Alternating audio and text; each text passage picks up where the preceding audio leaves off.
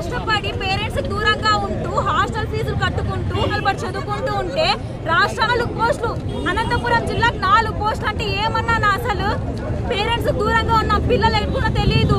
ఆ కోచింగ్ లకి వేలు ఫీజు అంతగా కష్టపడి చదివితే మీరు 4 కోట్లు ఎట్లా ఇస్తారు అసలు? ఆ జీవో ఎవరు తెమ్మన్నాడు మిమ్మల్ని? జీవో 117 రద్దు చేయాలి మీరు.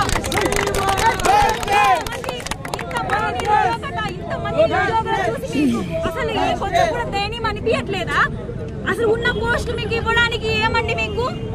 అసలు అన్ని సంక్షేమ పథకాలు ఎవరిని బాగు చేసినట్టు?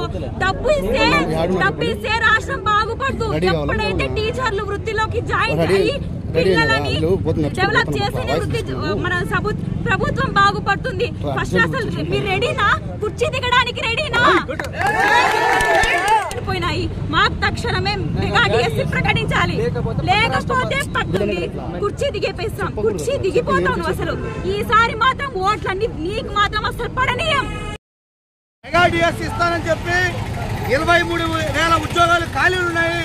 మేము అధికారులకు వస్తే భర్తీ చేసి చెప్పి మాట తప్పి మడవ తిప్పిన జగన్మోహన్ రెడ్డికి బుద్ధి చెప్పడానికి ఈరోజు నిరుద్యోగులు యువజన సంఘాలు పెద్ద ఎత్తున పోరాటం సిద్ధమవుతున్నాయి. ఇప్పటికే డివైఎఫ్ఐగా కొత్త ఇల్లు ముట్టడి చేశాం, సీఎం క్యాంప్ కల్లా ముట్టడించాం. చివరికి 36 గంటల దీక్షలు చేస్తే కూడా ఈరోజు ప్రభుత్వం భగ్నం చేసే పరిస్థితి వచ్చింది. అందుకనే ఇప్పటికే దాదాపు సగం జిల్లాలో, ఉమ్మడి సగం జిల్లాలో 0 పోస్టులు ఈరోజు ఎస్టీలో ఉన్నాయి. ఇదే అనంతపురం జిల్లాలో కేవలం 4 ఉద్యోగాల కోసమే 4 ఏళ్ళు చూస్తుందని చెప్పి మేము అడుగుతున్నాం.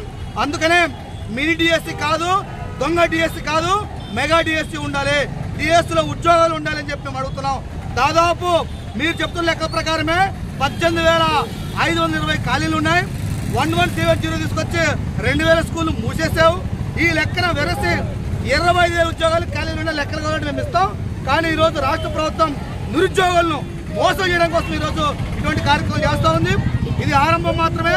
అనంతపురం జిల్లాలో కవర్ సెంటర్ దగ్గర ఈరోజు మేము నిరసన చేస్తూ ఉన్నాం.